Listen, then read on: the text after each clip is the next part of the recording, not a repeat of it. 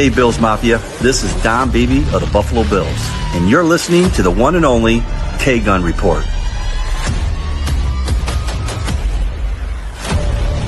Oh, and you all know, go Buffalo. Yo, what is up, everybody? It is, while you're watching this Tuesday, it is 8:30 p.m. Eastern Standard Time, and that can only mean one thing. It's time for the K-Gun Report, Season 6, Episode 23. Tonight marks one of the firsts of this show. It's funny that we've been doing this for 6 years, and it's still a first, but this thing's pre-recorded. Everything ramping up, getting into this season, getting ready for the Rager, and we got, the Reeds who have 18 kids between them getting ready for school and all this sort of thing in sports, and it just didn't work out that we could be here live with you tonight. But please comment to your heart's desire, hang out, love each other the way that you always love each other on this show, and we'll watch it later and see how you did. Right next to me, right here, things look a little different. We only have half of the terrible twinsome.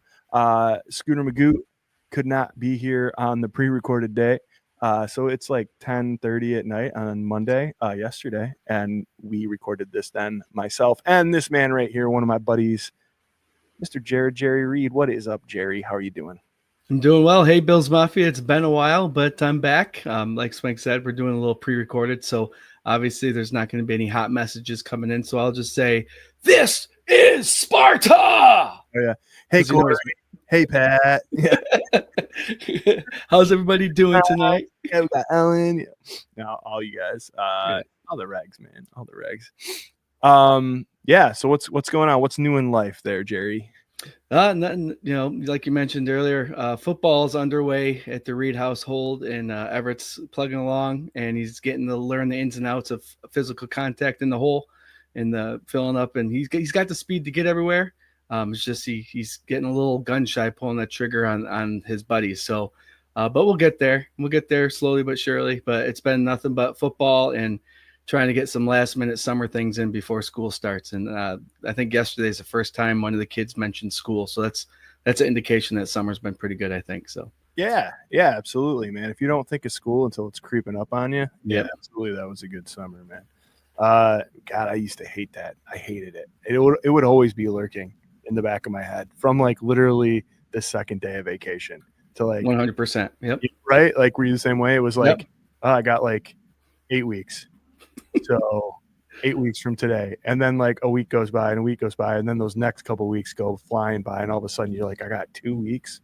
I got 1 week. Like, oh man, I used to hate that, but glad I don't have to do that anymore. Yep. 100%. I used to get anxious just thinking about school. Again, like you said, the day after school ended, I was like, how many weeks? 8? Oh, God. Oh, good. This is the most. I literally used to say, like, this is the most amount of vacation that I will have. Like, as soon as I got off the bus or whatever, it was like, this is the most I'll have this time right now. And every minute after this is the least. Like, it's going to get less and less. I guess I was just like a doomsday kind of guy. Yeah. Just only about school.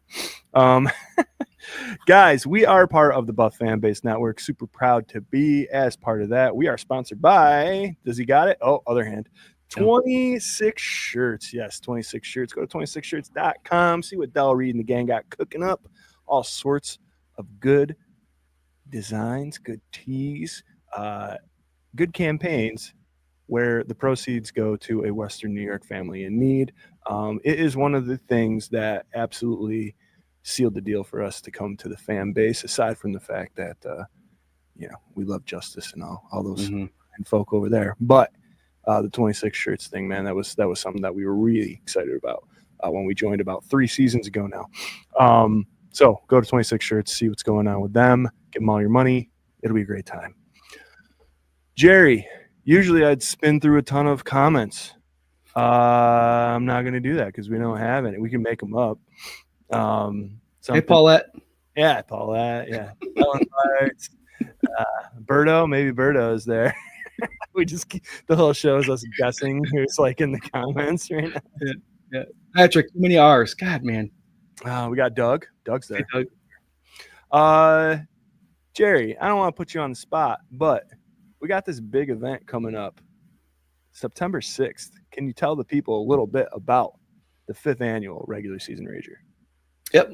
September 6th, we're running 1 to 7 this time, and we're going to start it earlier so we can still have daylight when we're closing down and maybe hang out a little bit after when it's we can still see 5 foot in front of us and chat. We're going to have Retro Taco food truck there, popcorn truck there. We're going to have one of my friends, Tiffany. She's going to bring this whole tent of Bills merch there. Reinvention's going to have their beer release, and it's escaping my mind. Fanatics, is it Fanatics? Super Fanatics beer. Yep, and that's a great creamy beverage that I think we all like to partake in while we're there. And it's just going to be. We have one and only Mark Maddox is coming up. He confirmed last week for 100% sure that he is. And when I got that message, I was like, oh yes, he's coming up. Because if you haven't met Mark, he's an individual that. Swank says, sometimes you don't want to meet your favorite athletes because sometimes it turns sour. He's a guy, heroes, man, but he's absolutely the dude that you should meet. He is the antithesis of that. Like, absolutely meet him. He's amazing. Yeah, it's an amazing person. He'll talk to you, talk football. He'll even talk life with you.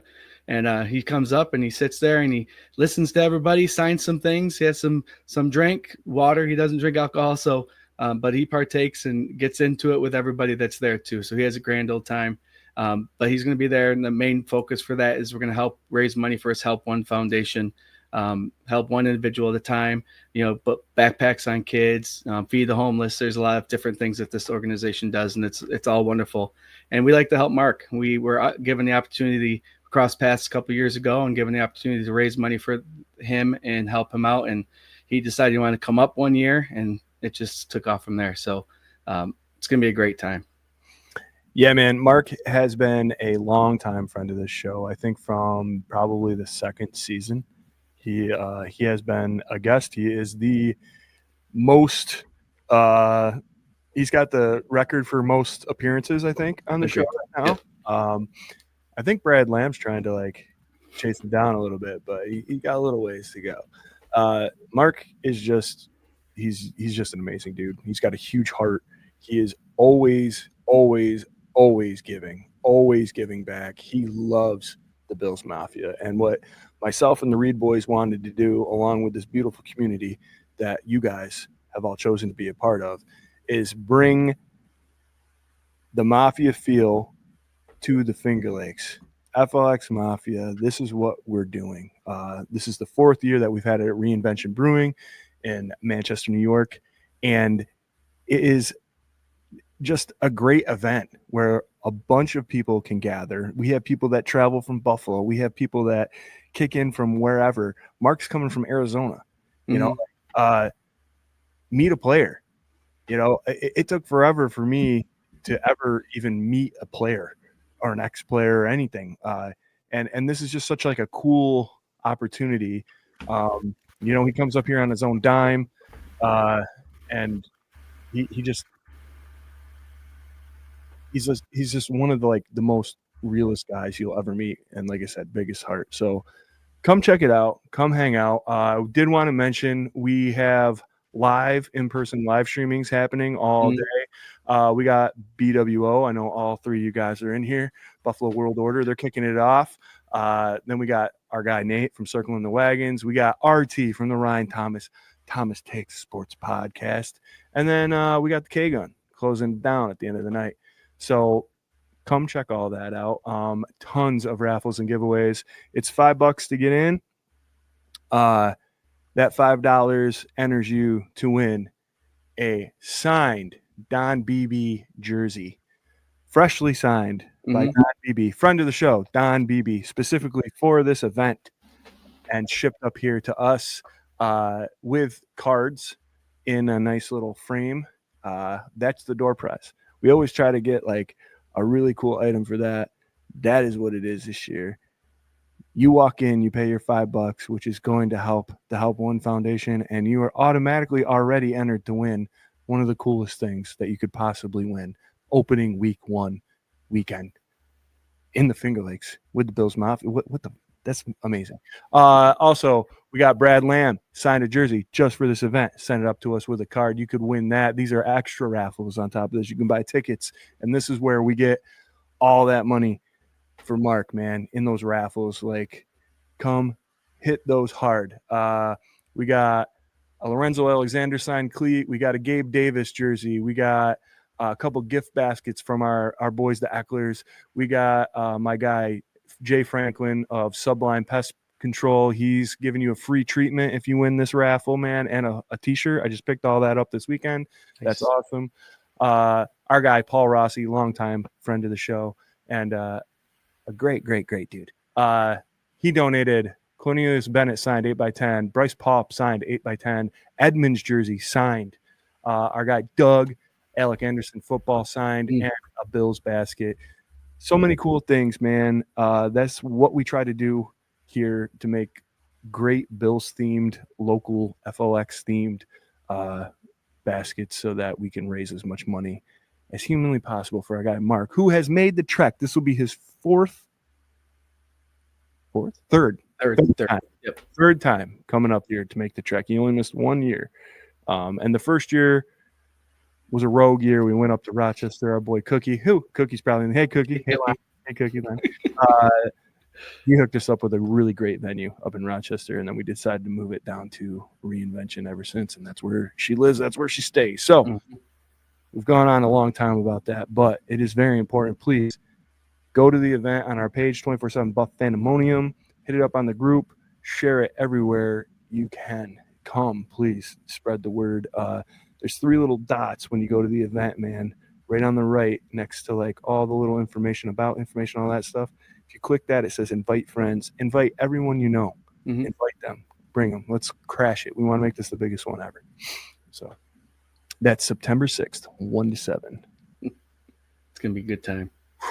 Yeah, it is. All right, now listen. All this housekeeping's out of the way. Jerry, they're watching this. It's Tuesday. We're talking about it. It's Monday, so it's very fresh. It was yesterday.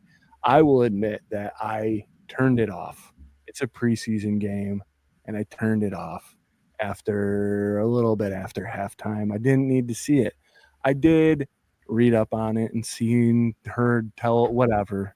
I had enough punishment, really, is what it was. But the Buffalo Bills played the Chicago Bears in preseason yesterday after a joint practice. And, oh boy, I saw Twitters about McDermott, and I saw this and that and blah, blah. We got shut out 0-38 in Chicago. Second preseason game. Oh my God. Is the sky falling? Jerry, please tell me what you think. Yeah, that's not a great score in any athletic event, right? You don't want to be shut out and then shut out by a lot of points, outscored. But Bills Mafia, go back to after last week's game when McDermott was interviewed about how much to prepare for this game or any preseason games in that matter. I think it was Sal that asked, if you get it, rate it from 1 to 10, 1 being no preparation, 10 being the most you've ever done. What would you give that rating? And McDermott said between 0 and 1. Yeah. Pretty much what they want these players to do is come out and play basic football. Right off the bat, you saw them stop a screen. They read the screen and stopped it. That was a big improvement from week 1. Did love it. Yes. Yeah, so that was a vast improvement. But there was a lot of struggles, and I think they put these kids out there to try to make plays with generic football. The bright shiny spot I think of this game, besides his fumble, was Frank Gore. He had 5 carry. I think he averaged 6.4 yards carry. 8 carries, 50-something yards, 4 receptions, and that's where he got the fumble. But he shined, and I was hoping to see more players shine, and it just didn't happen. In my opinion, you guys might have saw something different, but it just I wanted to see someone jump off the charts. Chanel, I was hoping would make a big boom, and I didn't see that much. I don't know. I just was looking for it. So he did 3 returns, 3 kick returns, 84 yards, 28-yard average. That's pretty good. Yeah, that's pretty good. Yeah.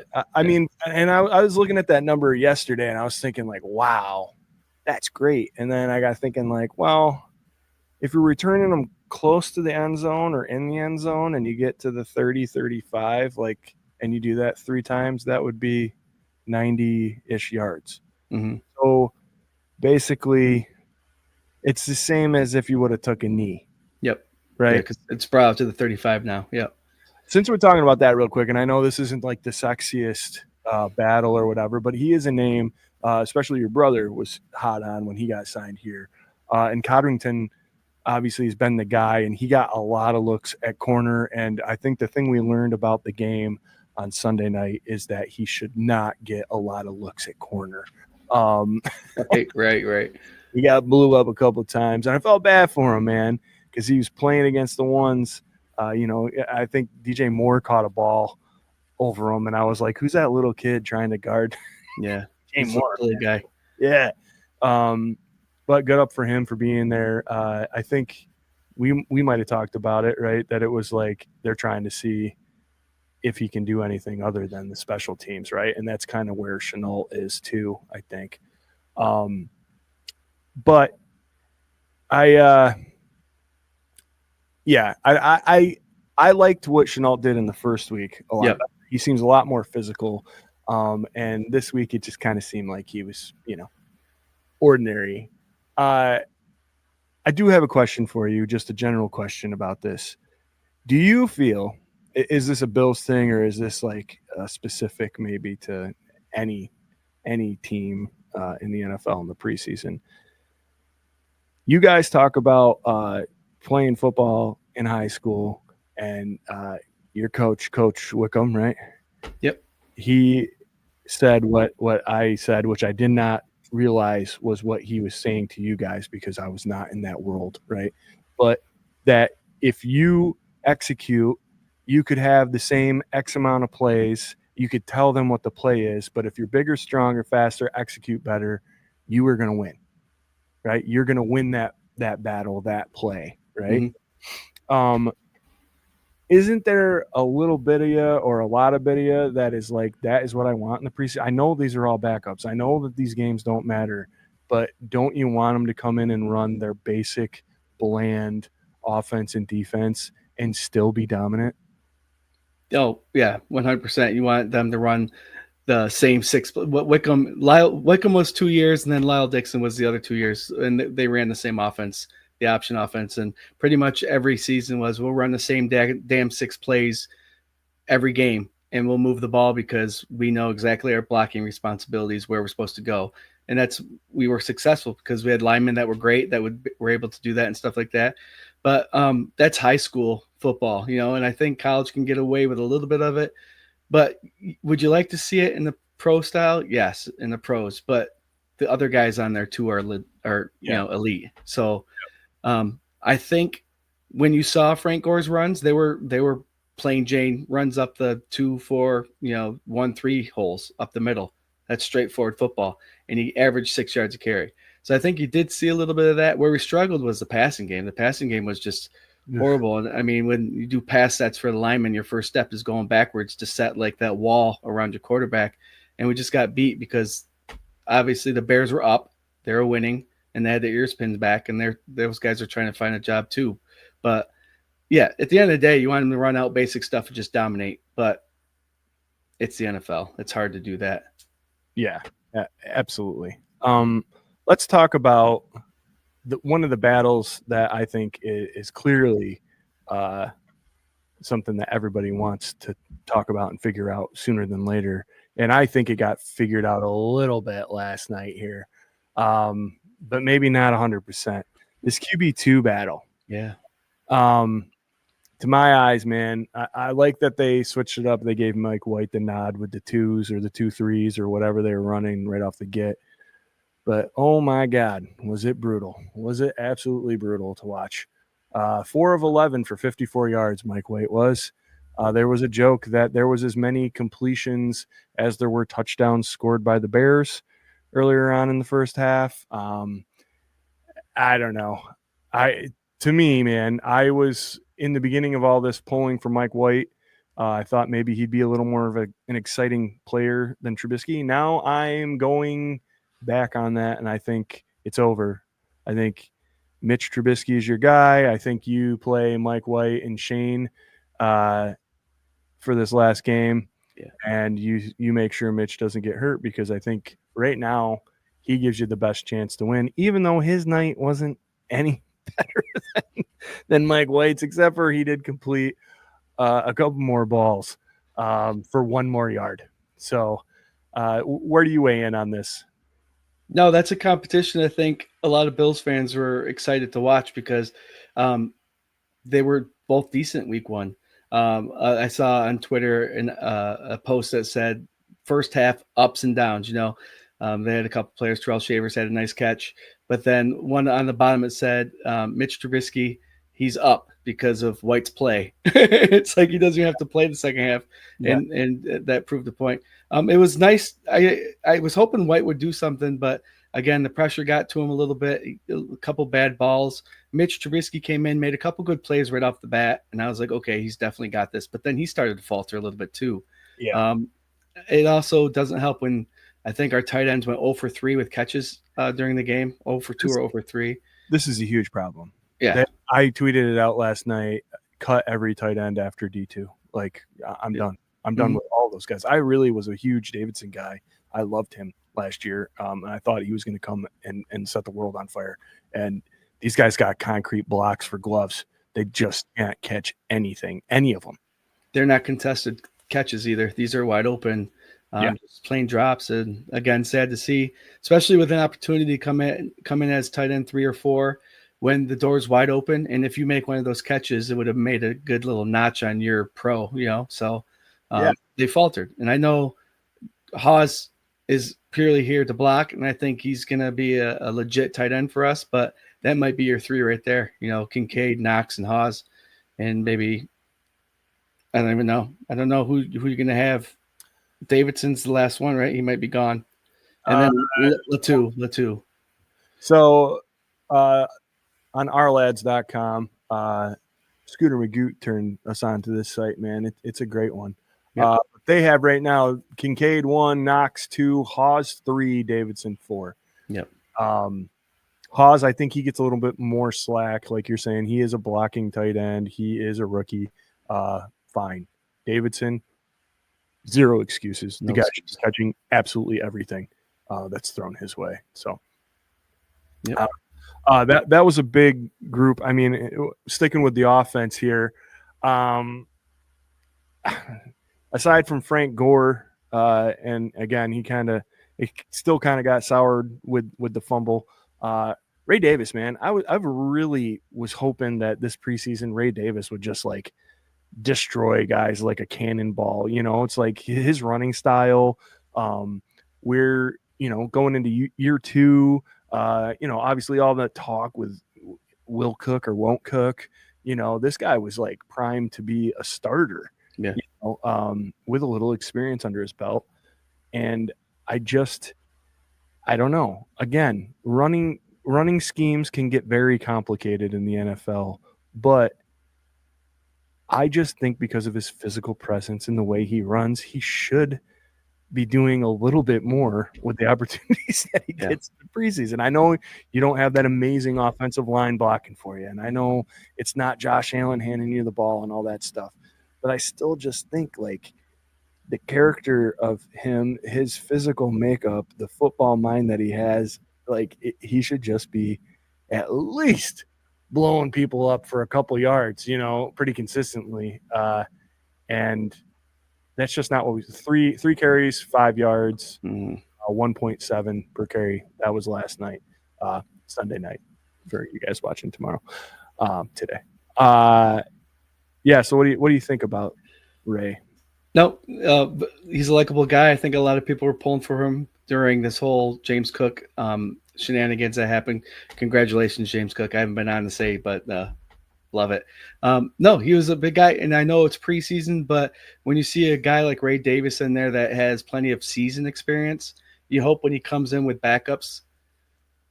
Just the Chicago Bears defense played their starters for the first 2 or 3 series. So it's not like he was going up. He had backup linemen in front of him. Starters, both sides. Yep. So there's that to take with it, but also because, like I said, he's had so much experience with the ones during the season, he's got a season under his belt. You would hope you would see one breakaway, one big 10, 15 yarder, but he was getting stuffed in the backfield. Even I think that 1.7 yards per carry, one of them was a tackle for loss. So that really kind of bends it. And then they got him out of there. I wanted to say also the Bills had that joint practice Friday before, and I think a lot was shown during that joint practice is why the Bills didn't play a lot of starters. And I think they're pretty settled in for how this preseason is going to end. But they probably just want to get a little bit of Ray Davis action in there just to see what's going on. Again, yeah, we wanted to see that big one, but it didn't happen, so they got him out. Yeah, I like that take too about the joint practice, and they probably saw what they needed to see. Yep. I don't think McDermott he was not very happy. No. At all during that game. Or I was joking around at halftime how upset he was going to be for a guy that doesn't show necessarily like a lot of emotion. I think that he does a fair amount. I think he's a very sincere guy. Anger, frustration, that kind of thing. You don't see a lot of that from Sean McDermott, right? Like, no. And I was thinking, like, he's going in that locker room. He's telling these dudes what is up. Like, do you want to make this team? Do any of you want to make this team? Like, there's a play I saw, Dane Jackson. It was a scoring touchdown pass. I forgot, third quarter or something. And it showed the replay twice, but it was the receiver came across the whole field. Dane Jackson was trailing him, and the guy caught it in the end zone in the back of the corner and tiptoed in and got the catch. And they showed that replay. And if I was McDermott, I'd look at that footage because Dane Jackson was trailing him, but he was running straight up and down. Like he wasn't trying. He's just like going through the motions. And that frustrated me seeing it. It's like, if you would have just, I don't know if he was 100% trying, but it didn't look like it. And McDermott in that halftime, if I was him, I would have been play football like you know how to play it. 100%, go forward, play the game. Doesn't matter if you screw up, to try. And there a little bit of lackadaisical stuff going on, I feel. Yeah, I think that the 2s and 3s they don't have like that same heart, especially when you're down 38. Yeah.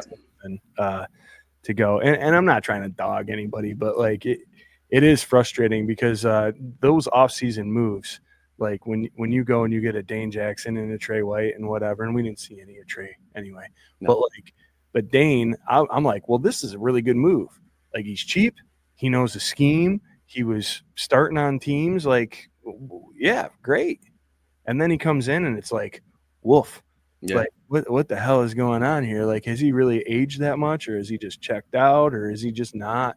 I mean, he was a starting cornerback for this team for a couple seasons. Like, where is that guy? He's gone. But before we jump too far off into defense, because I do obviously want to touch on that too, I wanted to talk about wide receivers. Jerry, we are just waiting for a couple of these guys to jump off the page again. We didn't get that. Your leading receiver last night was Frank Gore Jr. But number 2 was our guy Shavers. Yep. Who I think got overthrown on possibly the only touchdown that would have been last night. Went maybe, I don't even think his fingertips hit it, but Mike White just overthrew him on that go route on the side, and I was like, but let's talk a little bit about this receiving core. What did you see from these guys Sunday night? I saw KJ Hamler make a name for himself, running the ball and also catching it. I think he had a kickoff return too. Mm-hmm. It's these 4 and 5 spots are very sensitive right now for this team, 4, 5, and maybe even 6. And like I said, Shenault didn't jump off the page like I want him to. Elijah Moore hasn't really done anything too productive. Curtis Samuel, who knows what's going on like that. And this could be the perfect time for a kid that has been on this team for 2 or 3 years with Hamler to come in and make a name for himself. And he's a utility knife type of guy too. They gave him the ball. He on the end around, he came up, got the ball. He got tackled almost, kept his balance, and trucked forward for another 10 yards. So little spotlights like that, that's going to make you make a roster spot or get seen by somebody else and taken off the practice squad. So the wide receiver room, like I said, I was hoping somebody would jump off the page last night. Nobody really did, except for KJ Hamler. He's coming up a long way. We know who the 2 and 3 guys are. That 4, 5, and 6 is going to be tough. You were asking me before the show if I had to rattle the reads, and I guess why not? Let's do one.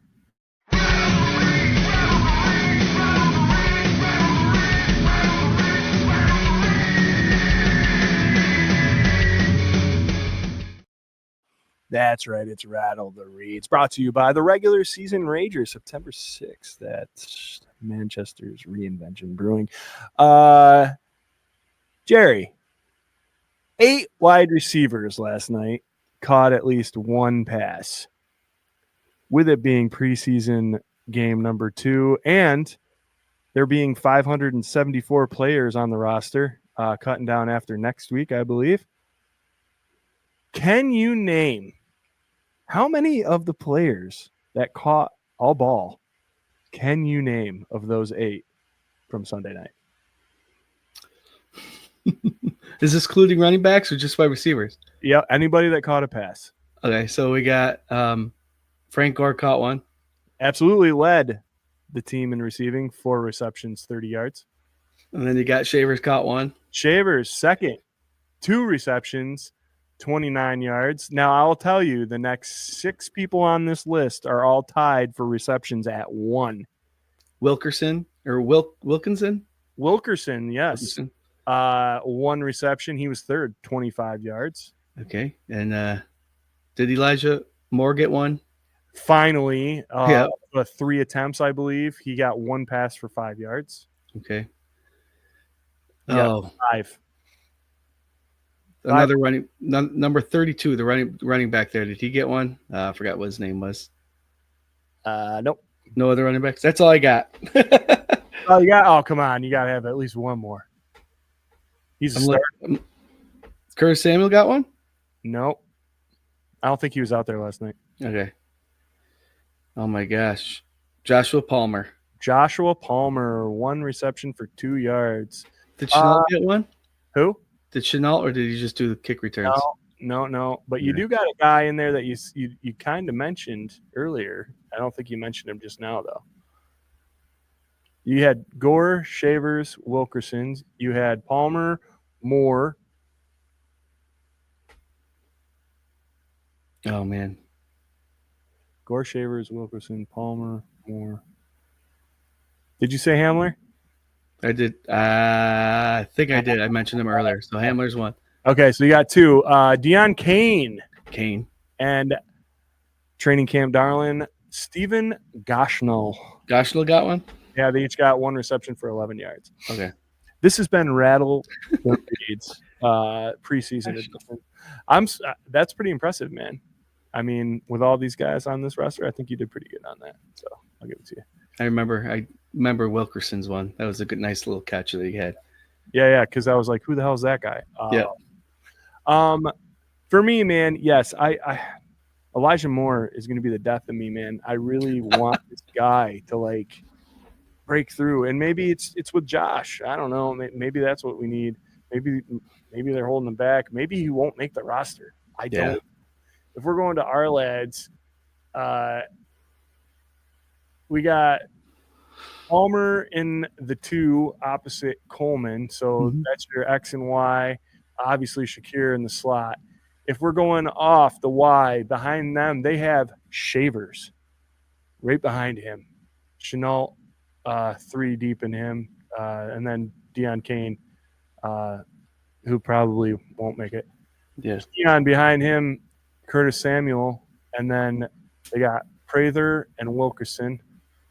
Shakir, you got Moore behind him, KJ Hamler behind him. I mean, those are names that, I would have thought you might be keeping both of those guys at one point. I don't know now. I just don't know, if it comes down, if they keep 5, is it Moore or Shavers that's gone? Because I don't think they're cutting Samuel. Right. I was just going to ask you, is it Moore or Samuel? Yeah, who knows? A lot of people are convinced that Shavers is staying. I just don't know. I don't know.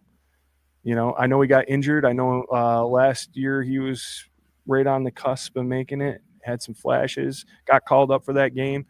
It's just, I don't know. I don't know what his numbers are this year, catch percentage wise. I do know last night, so it was three attempts. He got 2 out of 3, so that's a pretty good catch percentage. And that one ball, like I said, that wasn't his fault. Yeah.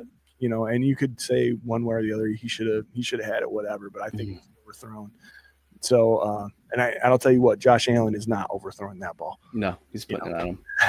So it'd be interesting, man. It'll all come down, I think, to that. Yep. What's his relationship? What are these 3 guys, Shavers, Samuel, and Moore? What is their relationship to Josh Allen? Josh Allen determines which 2 of those 3 make the team, I think. Yeah. So, all right, interesting. Let's switch over to the defensive side of the ball. Tell me, what were your first thoughts after the game here about the defensive line? We've been talking a lot about the defensive line on the show. Ends, tackles. What do you think? No, they showed some pretty good, push last night. The quarterbacks just got rid of the ball pretty quickly, and that's coverage. That's more of a coverage thing. But Hoyt, they call him Hoyt. He got his sack. He's going to be nice to see when he comes back after that week 6 suspensions that he has.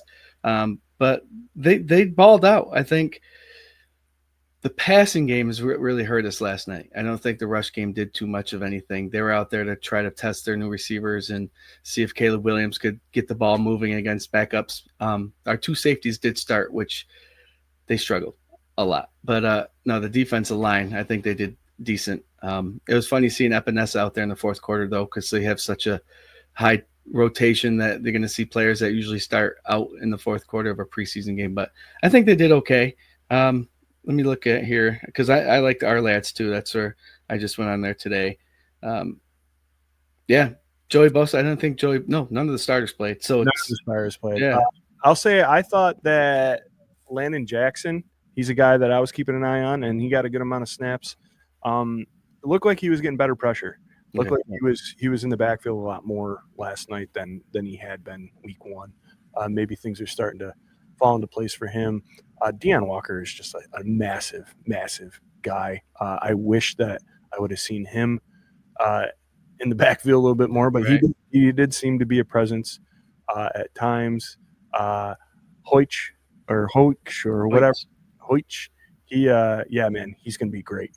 He's going to be a real big piece for this. I would love to see him and Greg maybe opposite and on the field at the same time, even though they have him as Greg's backup.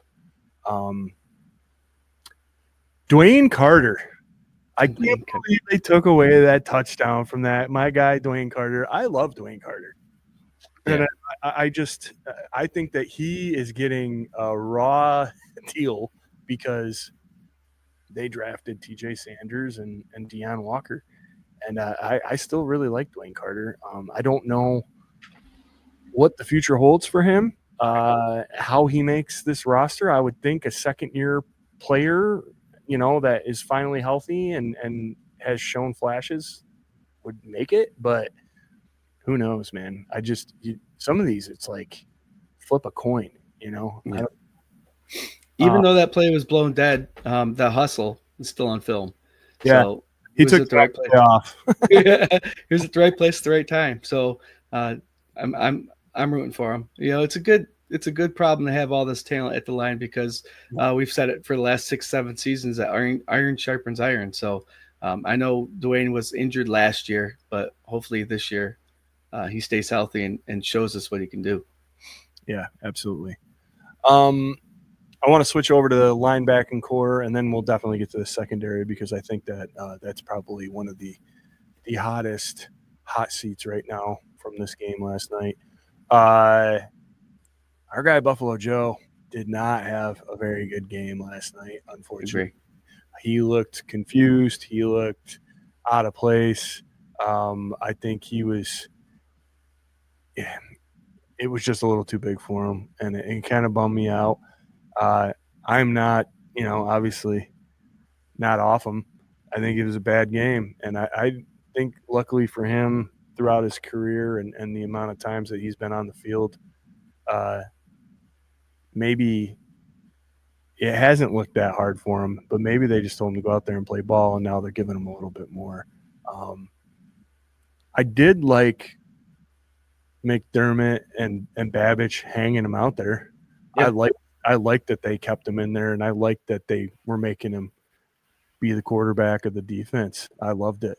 And I like he showed resilience. He stayed out there, still called the plays, and he was in the wrong spot at the wrong time a couple times. But there was this one pass. Tight ends beat us really early. Yeah. Tight end went over deep, and it looked like Dorian Williams and Andreessen got confused on what the coverage was. But yeah, leave him in there, get him his bumps and bruises, let him learn the speed of the game and how to adjust. And I agree. Keep him out there. Yeah. I thought that part to me was like, yes, it was a bummer, the result, but I think it needed to happen. Yeah. I think, and now is the time for it to happen. So valuable experience, just a bummer that he wasn't, a total game wrecking, Tasmanian devil out there, but reps are reps. So good on him. Safeties. Go ahead, buddy. You said that the starters were out there. Rapp was not. Okay. But definitely Cole and our boy Hamlin. So struggled. They kept a lot of it in front of them, but like the deep crossing patterns, they couldn't keep up with these guys, and it was frustrating to watch. That one first touchdown pass, Bishop was on coverage, but then Hamlin hesitated to come up, and the guy just got around and scored. And those are the two guys that are keeping the receivers from getting behind you, and they just marched up and down the field. A young guy, Owens, number 30, he came in, and like I was saying, McDermott wants you to go out there and play football 100% and just go fast. And if you make a mistake, you make a mistake. This is the time to make them. Owens came up many times later in the game, made a couple tackles in the backfield. He missed a couple times, but he's still flying up there. And I think that's what we want Bishop and Hamlin to show, is that they're willing to come up fast, coverage good, don't let anything behind them, and be productive. But they just weren't. Caleb Williams made a fool out of them. Yeah, which is wild because Caleb Williams, I don't know, with our starters, that game would not have been. No. I just don't see it. No. I don't 100% believe in Caleb yet, and I still think he needs to earn his stripes in the NFL. But yeah, I agree. I think Cole was out of place a couple times. I think he let receivers get behind him. I think that this 4-man front rush rotation concept only works if they can cover their men in the backfield. Yep. This is what has killed this defensive line for at least last year, and even years prior. Without the coverage, we don't have Hyde and Poyer back there anymore. So either you need to blitz a little bit more and cause a little havoc in the backfield, or these guys got to get up to speed. I mean, Cole Bishop has not seen the field in the last 2 years, last year and then the beginning of this year. I'm not trying to age him more than he is, but he needs reps. He needs to be out there. He should have played that whole game. Yeah. I will tell you that one of the bright spots of the game last night was Hancock. Yes. And he had a really good game. He led the team in tackles, and then he got a shoulder injury at the end of it. Yeah. So, yeah, he was a bright spot. He did come up. He coverage good. He did tackle very good, and he was all over the place. Mm-hmm. But yeah, that when I saw him go down, I was like, oh, damn, he was having a good game. Yeah. Was. Yeah. Let's see. Corners. Let's hit the corners really quick. You didn't get any of the starters. I said before, Codrington, he played the majority of the game, or the first half. And then we saw a lot of Dane Jackson. We saw Couch. I don't know. What do you think? What do you think about these corners? Yeah, they got beat a lot.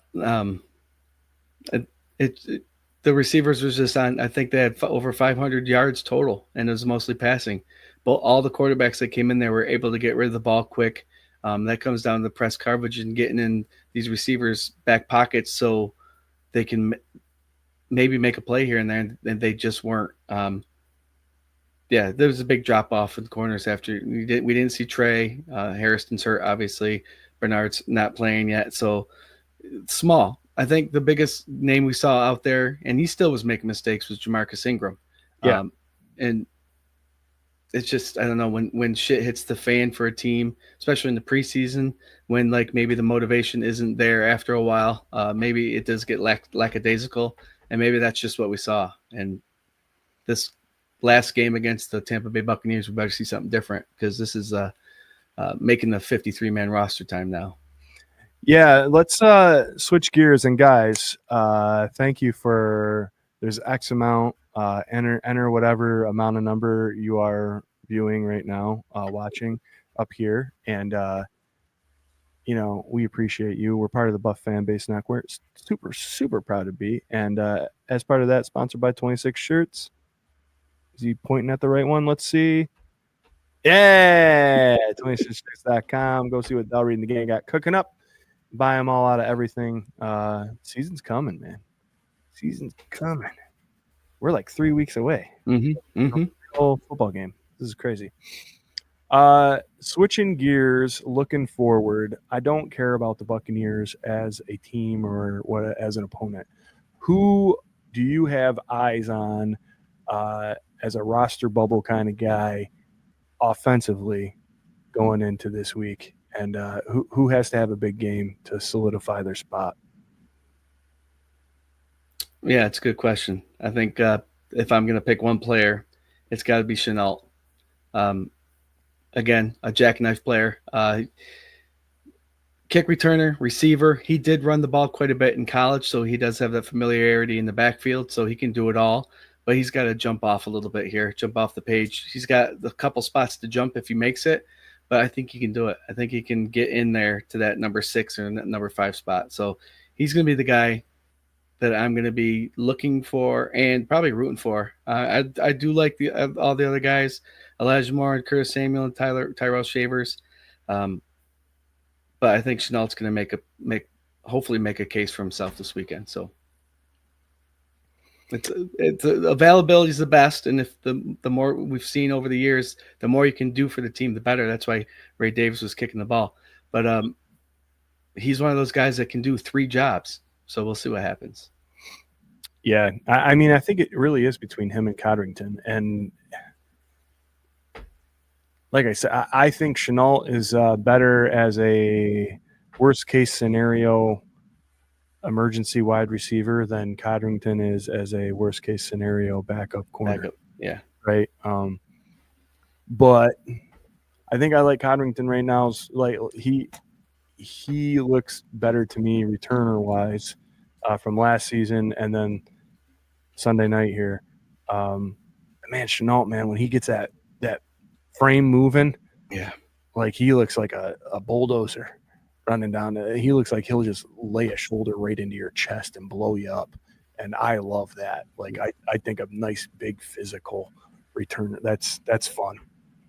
That's really fun. So I don't know. I like that one, man. I like it a lot. I'm gonna go safety school right here and say Mitchie Tribbs, man.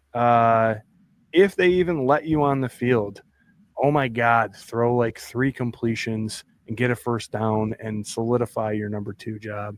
Yeah. I think this, if it was not figured out, which again, I don't know how exactly you would have figured it out last night if it was just based on last night. Right. But if for some reason they think they need to see more from Mitch and Mike, just get it done, Mitchie. Mm-hmm. Like I didn't even want to root for you in the beginning, and now I'm like, I think he's the guy. Like, if they move the pocket with him, he's a little more mobile. He's got those starts under his belt. I think he could get us out of 50-50, depending on if it was worst case scenario and he had to play a little ball. So, I want to see that done this week. That's what needs to happen. Other than that, defensively, is there any guy that you got your eye on, or a position group that you got your eye on, that you want to see something from here this weekend on the defensive side of things? Yeah, going back to when you about George Reason, I'd like to see him maybe learn something from this past week.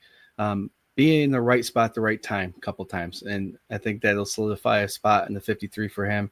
The safeties, if Jordan Hancock's okay, we're hoping he is. Hopefully he comes out and shows us something that we've been waiting for, because that safety position, I think, in my opinion, is wide open still. Yeah. If you come in and you show you can not let anybody behind you, cut off the slants that are coming through you, come up and make tackles, and Hancock can do it. If he can do it another week, I think you might see him starting. I know McDermott doesn't usually start rookies, but that safety room is struggling. I'll tell you what, man, they were not happy with any of their kick returners last year, and what they do, they went out and got Codrington after preseason. And it's like, to me, the way his presser went today, I think, or last night or whatever, I don't think he is very happy with that safety room at all. and I think he even kind of alluded to the fact that they might be looking to see what they can do to make that room better. Yep. It's a bummer, but one of them guys might be gone, and you might be seeing a new face. A lot of people are talking about Simmons. Yeah. But a little vet. Yeah, we'll see. Another way to quick look at things is this game. Preseason's tough because they're all backups. You got to start with your line, then your linebackers and the corners and safeties, and sometimes they feed off of each other. Just because, like, George Reason struggled, or the safeties struggled, or the corners struggled for this preseason game, we're looking at depth. So just because they struggle with backups in front of them doesn't mean they'll struggle if they have Matt Milano running out there with them too. You know what I mean? Because there's another threat that's going to shut down some of the field. Bernard, Benford, and then all of a sudden one of these third guys gets in there. He might succeed because of the other guys around him. So it's tough because preseason's tough to watch. Sometimes it's all ugly. But when you're looking at depth, all of our starters are not going to be out during a regular season game. It's just going to be one or two filled in here and there. So, yeah, you still want to see these guys perform their duties well. Yeah. And be a positive contributor to whatever team is around them. But very good point. The sky is not falling. Same exact game happened last year in the preseason, basically. Mm-hmm. Nobody's scared. Nobody's worried. It would take me longer to list the starters that didn't play last night than to try to think of the third stringers that played. You know what I mean? It's just insane. And don't forget who we have. Yeah. Don't forget the money that they've spent on retaining 6 of these dudes just this year to keep this core together into the next, decade. On top of that, safety for sure. Mm-hmm. Linebacker for sure. Corner still, man. I don't like that Codrington is listed on our lads as the Taron Johnson. I really don't. Yeah. I think really it's Cam Lewis, and he's kind of like floating between that safety and the nickel corner position. But I don't know.